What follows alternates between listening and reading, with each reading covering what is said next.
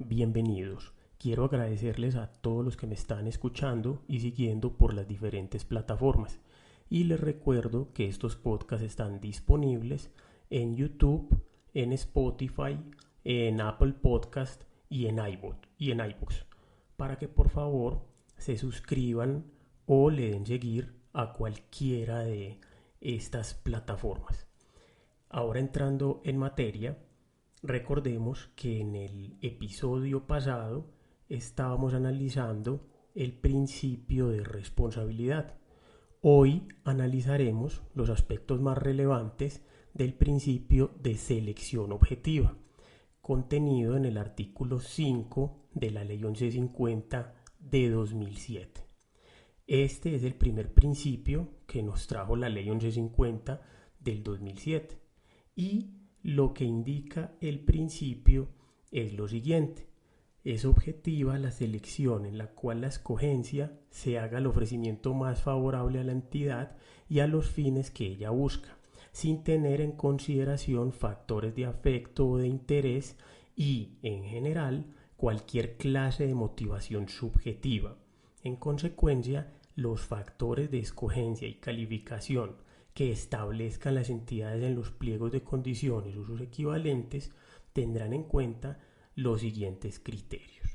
Entonces, este artículo lo que nos dice es que el criterio de selección objetiva lo que busca es seleccionar a un contratista en razón a sus calidades y a los beneficios que le reporte a la entidad, y no por razones subjetivas de aprecio, amistad, en fin.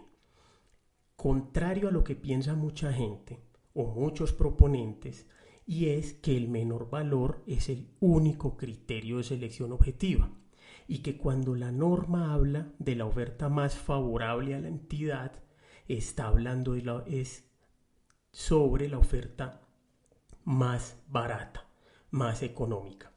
Esto no es así, salvo para dos procesos, que son la subasta inversa y la selección de mínima cuantía, en los cuales sí se adjudica por el menor valor.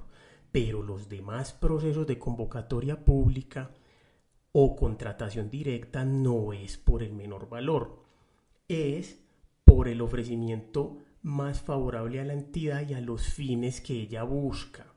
Es decir, es por una ponderación de unos factores que se estructuran en los pliegos y que tienen una calificación.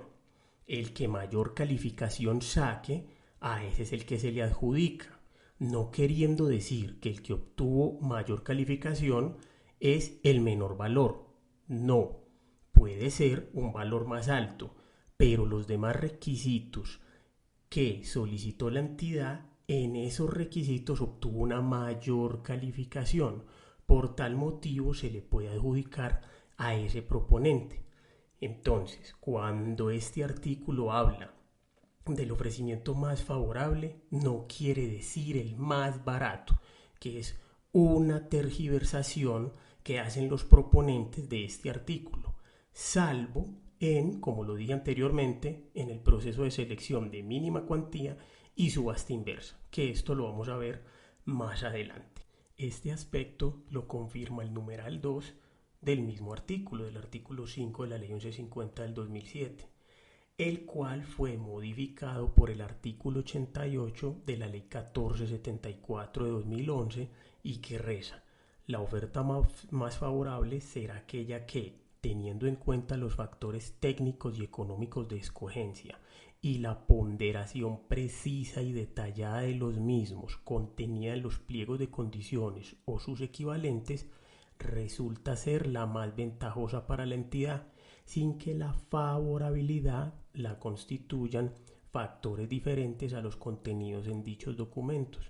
En los contratos de obra pública, el menor plazo ofrecido no será objeto de evaluación. La entidad efectuará las comparaciones del caso mediante el cotejo de los ofrecimientos recibidos y la consulta de precios o condiciones del mercado y los estudios y deducciones de la entidad o de los organismos consultores o asesores designados para ellos.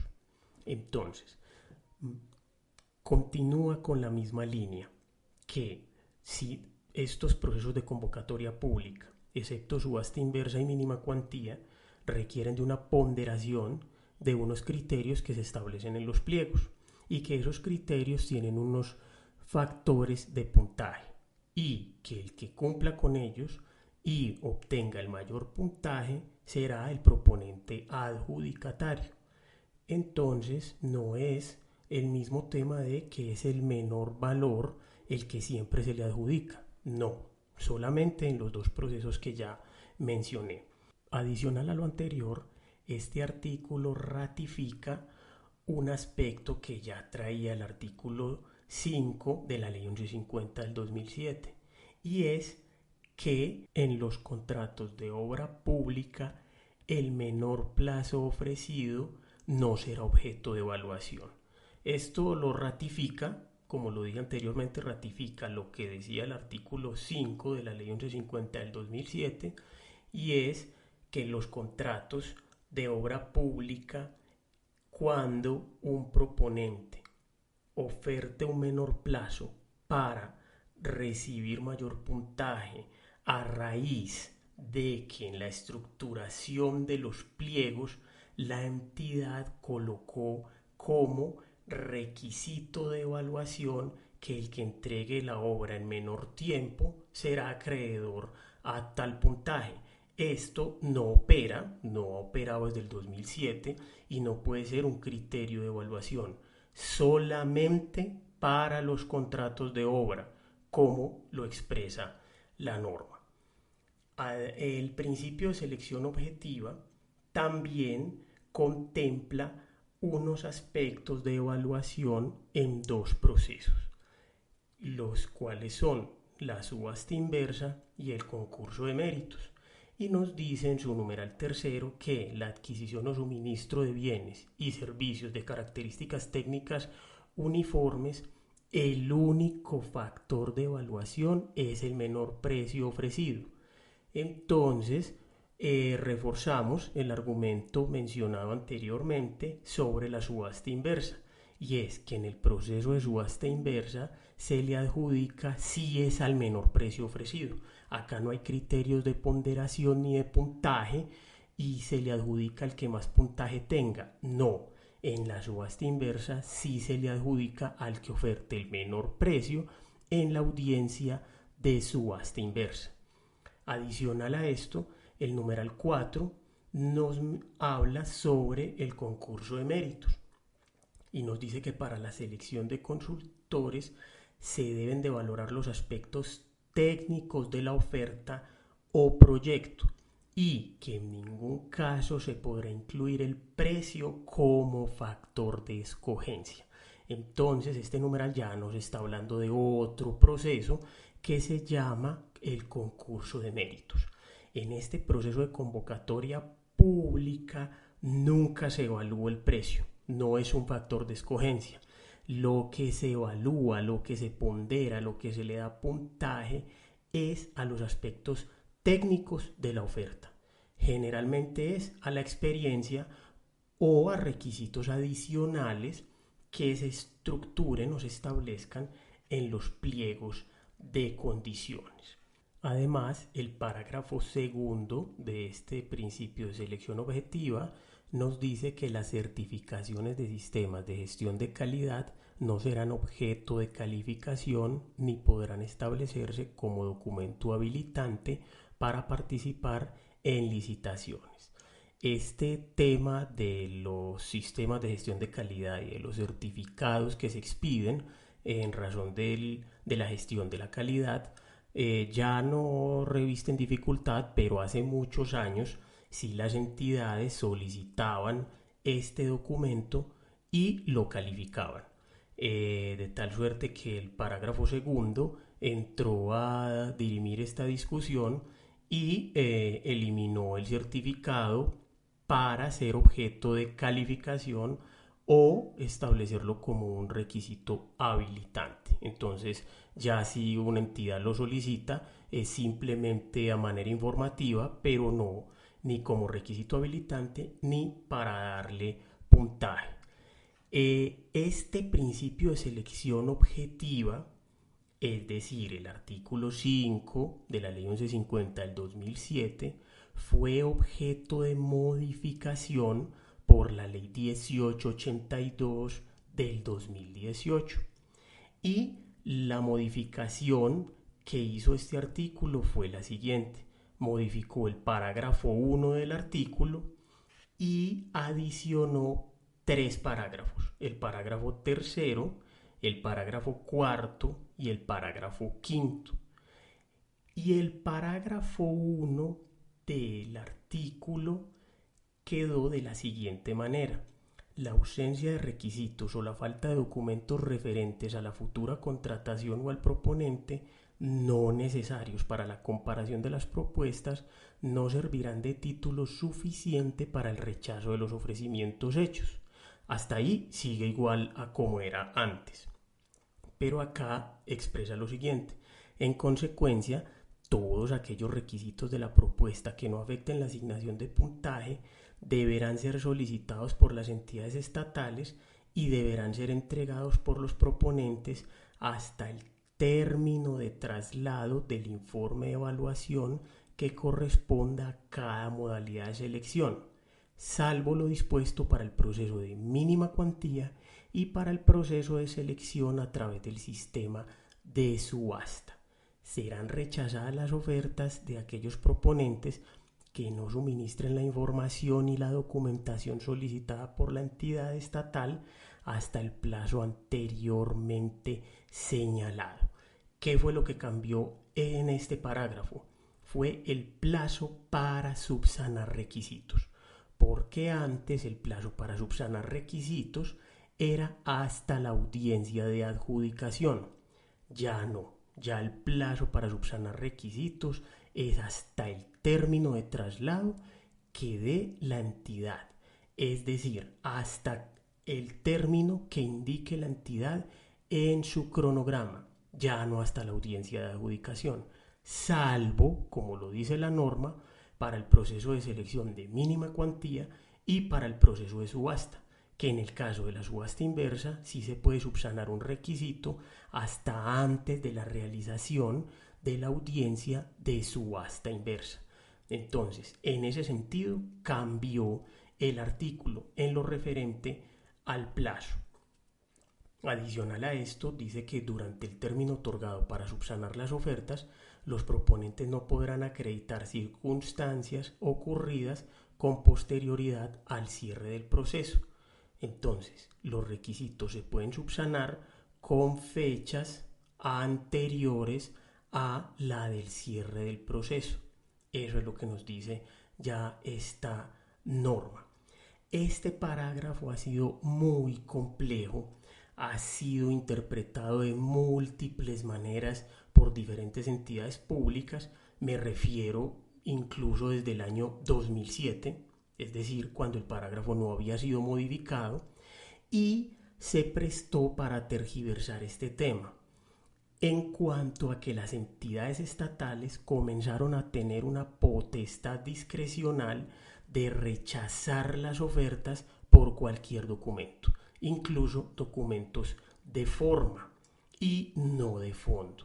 Entonces muchas entidades rechazaban porque no foliaban los documentos, porque no aportaban el certificado de existencia y representación legal, porque no aportaron el registro único de proponentes y no entendieron la esencia del artículo, que la esencia del artículo nos dice, en consecuencia, todos aquellos requisitos de la propuesta que no afecten la asignación de puntaje deberán ser solicitados por las entidades estatales y deberán ser entregados por los proponentes hasta el término de traslado del informe de evaluación.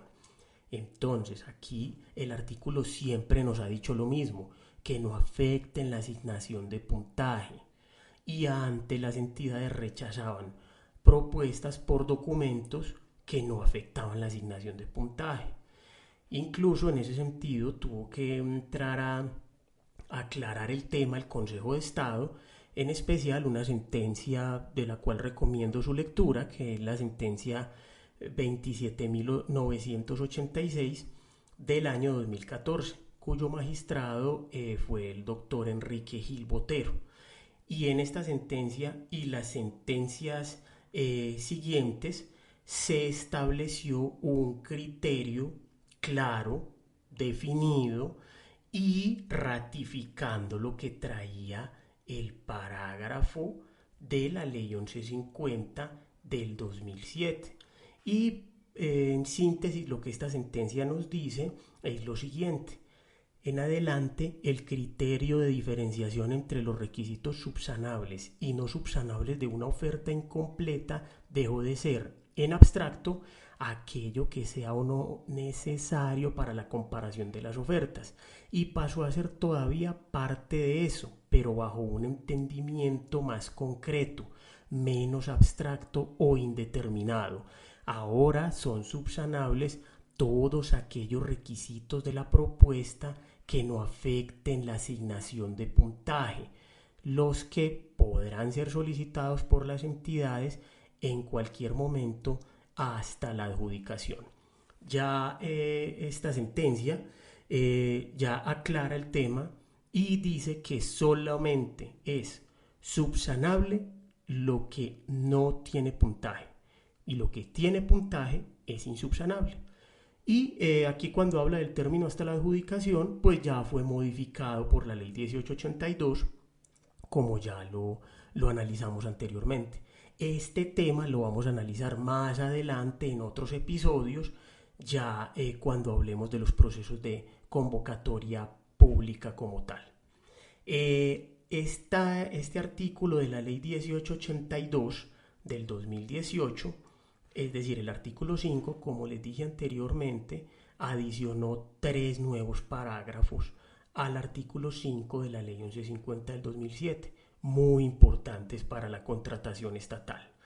Y son los siguientes. El parágrafo tercero dice que la no entrega de la garantía de seriedad junto con la propuesta no será subsanable y será causal de rechazo de la misma. Esto es absolutamente nuevo. No lo traía ninguna norma de contratación estatal. Y lo que nos dice es que si una propuesta no se presenta con la garantía de seriedad, esta propuesta es rechazada. Esta garantía de seriedad, luego lo vamos a ver, acompaña generalmente a los procesos de convocatoria pública, tales como licitación pública, concurso de méritos, selección abreviada de menor cuantía y subasta inversa. Para la selección de mínima cuantía no se requiere de esta garantía. ¿Y qué es lo que pasaba? Que en especial en los procesos de subasta inversa, los proponentes simplemente por hacerse contar en la subasta, por participar, presentaban la propuesta, pero muchos nunca presentaban la garantía de seriedad. Solo si quedaban habilitados, ahí sí hacían el gasto de adquirir la garantía de seriedad. Entonces, como de manera tan irresponsable muchos proponentes estaban manejando este tema, la norma entró a establecer que si no se entrega la garantía de seriedad junto con la propuesta, esta puede ser rechazada. Es decir, aquí hay un tema que de algún modo se diferencia de lo que hablamos ahora, porque la garantía de seriedad no es objeto de puntuación, pero sí es objeto de rechazo de la oferta si no se presenta. ¿Por qué? Porque la ley no lo dice en el parágrafo tercero. El parágrafo cuarto nos expresa que en aquellos procesos de selección en los que se utilice el mecanismo de subasta, los documentos referentes a la futura contratación o al proponente, no necesarios para la comparación de las propuestas, deberán de ser solicitados hasta el momento previo a su realización. Entonces nos está diciendo lo que mencionamos hace un rato, que en la subasta inversa sí se puede subsanar los requisitos hasta el momento previo de la realización de la audiencia de subasta inversa. El parágrafo 5 ya nos dice que en los procesos de contratación las entidades estatales deberán aceptar la experiencia adquirida por los proponentes a través de la ejecución de contratos con particulares. Este parágrafo se trajo fue en razón a que las entidades estatales antes en los procesos de convocatoria pública solicitaban experiencia era solo con entidades públicas y no aceptaban la de particulares. Entonces, esta norma entró para decir que ya si un proponente aporta experiencia con particulares, se tiene que aceptar. Y ya en los pliegos no puede quedar de manera específica que solo se acepta experiencias con entidades estatales y no con particulares. Si esta cláusula está, pues no opera, se toma por no escrita y el proponente sí puede adjuntar experiencia con particulares. Este es el resumen del artículo 5 de la ley 1150 del 2007, el cual nos habla del principio de selección objetiva. Damos por terminado este principio y en el próximo episodio vamos a tratar el principio más importante de la contratación estatal, que se llama el principio de planeación. Les agradezco mucho el haberme escuchado.